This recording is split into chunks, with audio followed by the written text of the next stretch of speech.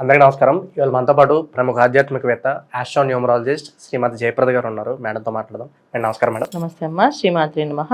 Madam 2024 December మాసం కుంభరాశి వారికి ఎలాంటి ఫలితాలు ఉండబోతున్నాయి, గ్రహస్థితి ఎలా ఉంది, ఎలాంటి రెమెడీస్ చేసుకుంటే బాగుంటుంది అంటారు? తప్పకుండా కుంభరాశి వారికి ఈ మాసం కాస్త మెరుగైన ఫలితాలే కనిపిస్తున్నాయి. ఎందుకంటే షష్టమ స్థానంలో కుజుడు. దీనివల్ల ఏంటంటే వీళ్ళకి ఏ పనైనా సాధించాలనుకునే వాళ్ళు, తర్వాత వ్యయ స్థానంలో శుక్రుడు ఉండడం వల్ల చాలా చాలా యోగాలు కొన్ని కనిపిస్తున్నాయి వీళ్ళకి. ఎలాంటి యోగాలు అంటే ఆకస్మికంగా జరిగే పనులు కొన్ని, ధన యోగం కానీ గృహయోగం కానీ. అసలు వ్యయ స్థానంలో శుక్రుడు, మకరంలో శుక్రుడు అనేది చాలా పవర్ఫుల్గా పనిచేస్తుంది. దీనివల్ల వీళ్ళకి ఒక్క శుక్రుడు ఒక్క ఇచ్చిన ఫలితం, ద్వితీయంలో రాహు, శని ప్లస్ రాహువు శుక్రుడు, ఈ గ్రహాల వల్ల వీళ్ళకి ఏ పనైనా సాధించే సత్వం ఎక్కువగా ఉంది. సో కుంభరాశి వాళ్ళకి ముఖ్యంగా మెయిన్ పెద్ద జరిగే విషయాలు ఏంటంటే ఎప్పటి నుంచో స్థిరాస్తులు రావాల్సిన ఆస్తులు రావడం, కంఫర్టబుల్ లైఫ్ రావడం, అంటే జాబ్స్లో ప్రమోషన్స్ రావడం. జాబ్స్లో ఎంత కంఫర్టబుల్ అంటే నీ ఇష్టం, ఈ జాబ్కి నువ్వే బాస్వి అని అంటగా వాళ్ళ బాస్ని అప్పచెప్పడం, అలాంటి అవకాశాలు ఎక్కువగా ఉన్నాయి. అంటే చాలా కంఫర్ట్స్గా లైఫ్ కొంచెం లగ్జరీగా వెళ్ళే అవకాశం ఈ మాసం కనిపిస్తుంది. అధిక ఖర్చులు కనిపిస్తున్నాయి, అధికంగా ప్రయాణాలు కనిపిస్తున్నాయి. జాగ్రత్తగా పాటించాల్సినవి ఖర్చులు ప్రయాణాలు అనేది ఖచ్చితంగా వీళ్ళు క్యాల్కులేషన్ చేసుకోవాల్సిందే. వస్తాయి ఆఫర్లు, అవకాశాలు బోల్డని వస్తుంటాయి. అవన్నీ తీసుకోవాలా వద్దా అనేది వీళ్ళు ఖచ్చితంగా ఆలోచించి అడుగు వేయాలి. ఎందుకంటే ద్వితీయంలో రాహు ఎప్పుడు కూడా కాస్త మాయ చేస్తాడు, ఇబ్బంది పడతాడు, ఇస్తాడు, మూడు చేస్తారు. ఆ మూడిట్లో మంచిది ఏదో మనం సెలెక్ట్ చేసుకోవాలని తత్వం మనకు ఉండాలి మెయిన్. సో దాంట్లో కుంభరాశి శని భగవాన్ ఉన్నాడు కనుక కాస్త ఆలోచన విధానం కానీ, తర్వాత పెద్దవాళ్ళతో వచ్చే ఏవైతే ఆస్తులు స్థిరాస్తులు ఉన్నాయో అవన్నీ వచ్చే అవకాశం ఉంది. పెద్దవాళ్ళ నుంచి గౌరవం, వీళ్ళకి మంచిగా గౌరవాలు అభినందనలు వచ్చే అవకాశం ఎక్కువగా ఉంది. మీడియా రంగంలో పనిచేసే వాళ్ళకి, సినీ రంగంలో పనిచేసే వాళ్ళకి యోగ్యం చాలా బాగుంది. తర్వాత రియల్ ఎస్టేట్ సంబంధించిన వ్యాపారాలు చేసే వాళ్ళకి, రియల్ ఎస్టేట్ సంబంధించిన వ్యాపారాలు చేసే వాళ్ళకి కాస్త అనుకూలంగా కనిపిస్తుంది ఈ మాసంలో. సో వ్యాపారస్తులకి చాలా అనుకూలంగా కనిపిస్తుంది. ఉద్యోగస్తులకి కాస్త నలిగిపోయే అవకాశం ఉంది. కాస్త ఇక్కడి నుంచి అక్కడికి పోస్ట్ రావడం కానీ, వెళ్ళడం కానీ, వేరే జాబ్ ప్రమోషన్ వచ్చి వేరే ఉద్యోగులకు వెళ్ళాలంటే అక్కడ మళ్ళీ చూసుకోవడం, ఫ్యామిలీని షిఫ్ట్ చేయడమా, మనం వెళ్ళడమా, ఇది కాస్తంత ఇబ్బంది పడి ఆలోచనలు పడే అవకాశం ఎక్కువగా ఉంది.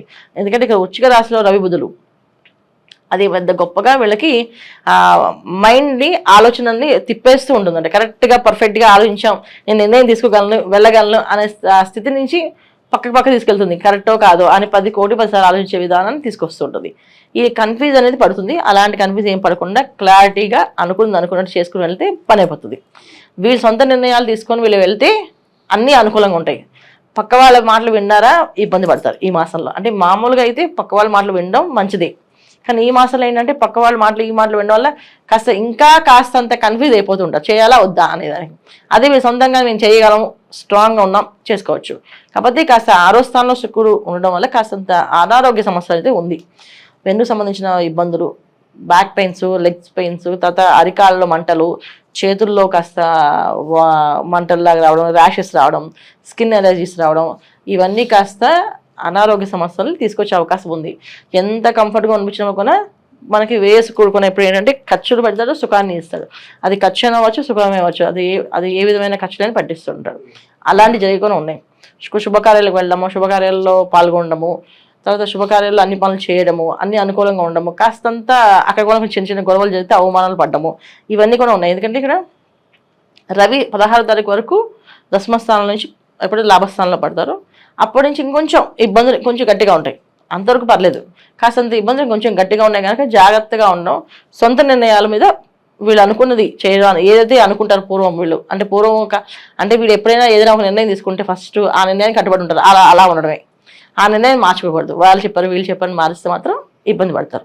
ఈ మాసంలో వీళ్ళు ఎంత స్ట్రాంగ్గా నిర్ణయించుకుంటారో అది వీళ్ళకి మంచి ఫలితాలు. అంటే వీళ్ళ సొంత నిర్ణయాలు ఫలిస్తాయి, పక్క వాళ్ళ మాటలు వింటే ఫలించవు. ఇది వీళ్ళు చేసుకోవాల్సిన జాగ్రత్తలు, తీసుకోవాల్సిన అసలు ఇన్ఫ్లుయెన్స్ అవ్వకూడదు. అది ఆ ఇన్ఫ్లుయెన్స్ అనేది చేస్తాయి. ఎందుకంటే ఇక్కడ వేస్తాన శుక్రుడు, ద్వితీయంలో రాహు, ఈ రెండు కూడా ఏంటంటే అసలు 10 లక్షల బిజినెస్ కాదు 40 లక్షలు పెడితే ఇంకా బ్రహ్మాండంగా అవుతుంది అని చెప్తారు. సో దానికి తీసుకురావడము, చేయడము, తర్వాత కష్టపడేది ఎవరు? వీళ్ళే. అలాగే ఒక పని 10 రూపాయలతో ఈ పని 100 రూపాయలు ఖర్చు పెట్టడం, ఇవరకు అయ్యేది ఎవరిది? మళ్ళీ ఖర్చు వీళ్ళకే అవుతుంది. ఇలాంటి విషయాల్లో పడుతుంటారు. తెలిసిన పనులే ఇవి, మనకు తెలుసు ఇది తక్కువలో అవుతుందని తెలిసినా సరే వీళ్ళకి కావాలని ఎక్కువ ఖర్చు పెట్టి దాన్ని హంగామా చేస్తే ఇంకొంచెం పేరు ప్రఖ్యాతులు వస్తాయేమో అని చెప్పి చేస్తుంటారు. అది మెయిన్ ఏంటంటే మీడియా రంగంలో పనిచేసే వాళ్ళకి కాస్త ఇబ్బంది పడే అవకాశం ఉంది. అది జాగ్రత్తగా ఉండాల్సిందే, బాధ్యత ఇంపార్టెంట్. ఈ మాసంలో విద్యార్థులకు ఎలా ఉండబోతుంది ప్రత్యేకంగా? విద్యార్థులకి కాస్తంత వస్తుందని అనుకుని భ్రమలో పడి చదవకపోతే ఇబ్బంది పడతారు, చదివితే విద్యార్థి పాస్ అవుతారు. కాస్త విద్యార్థులకు మాత్రం అంత అనుకూలంగా లేదు, కాస్తంత ఇబ్బంది పడే అవకాశం ఎక్కువగా ఉంది, జాగ్రత్తగా ఉండాలి.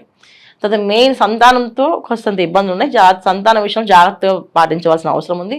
మొదటి సంతానంతో కాస్తంత ప్రమాదాలుగానే ఉన్నాయి, వాళ్ళంతా కొంచెం ఇబ్బందులు కానీ గొడవలు కానీ ఏదైనా ఒక రకమైన డిస్టర్బెన్స్ రావడం కానీ, లేకపోతే ప్రేమ వ్యవహారాలు తెలిసి విషయాల్లో గొడవలు ఇంట్లో పెట్టుకోవడం కానీ ఇలాంటివి కొంచెం జరిగే అవకాశం ఎక్కువగా ఉంది. కానీ సంతాన విషయంలో జాగ్రత్తగా ఉండడము, వాళ్ళు ఏం చెప్పినా సరే మళ్ళీ చేద్దాం అని వాయిదా వేయడం, ఇది చాలా ముఖ్యమైన విషయం.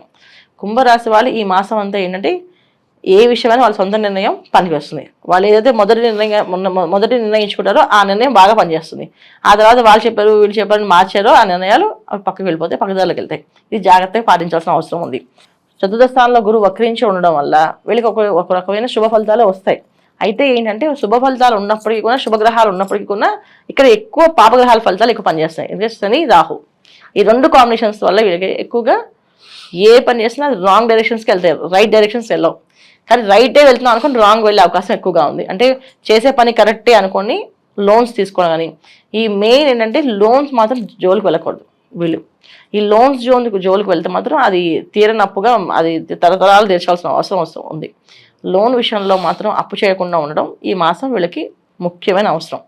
ఏది ఈ కుంభరాశి వాళ్ళకి ఖచ్చితంగా లోన్ జోలికి వెళ్ళకుండా వాళ్ళ సొంత పెట్టుబడులు, వాళ్ళకున్న డబ్బు, వాళ్ళకున్న ఆస్తులు, వాళ్ళకున్న ఏవైతే ఉన్నా అవన్నీ యోగాలు బాగున్నాయి. ఎటువంటి ఇబ్బందులు లేవు. ఈ మాసంలో కుంభరాశి వారు ఎటువంటి పరిహారాలు చేసుకోవడం ద్వారా మంచి ఫలితాలు పొందడానికి అవకాశం ఉంటుందంటారు? తప్పకుండా కుంభరాశి వాళ్ళు మెయిన్ ఏంటంటే రాహు ద్వితీయంలో ఉండడం వల్ల బద్ధకం బాగా ఇస్తాడు ఆయన. సో ఏంటంటే ఏ పని చేద్దాం అనుకుని వాయిదా వేస్తూ ఉంటారు కదా, అది పీకల దాకా వచ్చేవి చేయరు. అది వచ్చిందా చేద్దాం అనుకుంటే అప్పుడు ఆ పని సఫలీకృతం అవదు. అందుకే వీళ్ళు ప్రతినిత్యము ప్రతిరోజు పొద్దున్నే నిద్ర లేవగానే చక్కగా దుర్గాదేవి ఆరాధన, దుర్గా అమ్మవారి ఆరాధన చేసుకోవడం, దుర్గా అమ్మవారిని పూజ చేసుకోవడం, దుర్గా ప్రదక్షిణాలు చేయడం, తర్వాత చండీ హోమం చేయించుకోవడం, చండీ పారాయణ చేయించుకోవడం. ఇంట్లో బాగా ఇబ్బందిగా ఉంది, చాలా డిస్టర్బెన్సెస్ ఉన్నాయంటే ఇంట్లో ఒక చండీ హోమం చేయించుకోవడం, లేదా గుళ్ళో చండీ హోమం చేసి చండీ హోమానికి వెళ్ళడం. పౌర్ణమి రోజు చక్కగా వీళ్ళు అమ్మవారి పూజ చేయించుకోవడం, అమ్మవారికి ఏదైనా నైవేద్యం సమర్పించడం, ఆ నైవేద్యాన్ని పంచడం, అంటే ప్రసాదం అన్నదానం అలా చేయడం, పంచడం. ఈ విధంగా వీళ్ళు చేసుకుంటే మంచి సత్ఫలితాలు కనిపిస్తున్నాయి కుంభరాశి వాళ్ళు ఈ మాసం. డిసెంబర్ మాసంలో కుంభరాశి వారికి ఎలాంటి ఫలితాలు ఉంటాయి, అలాగే వీరు చేసుకోవాల్సిన పరిహారాలు తెలియజేసినందుకు ధన్యవాదాలు మేడం. శ్రీమాత్రే నమః.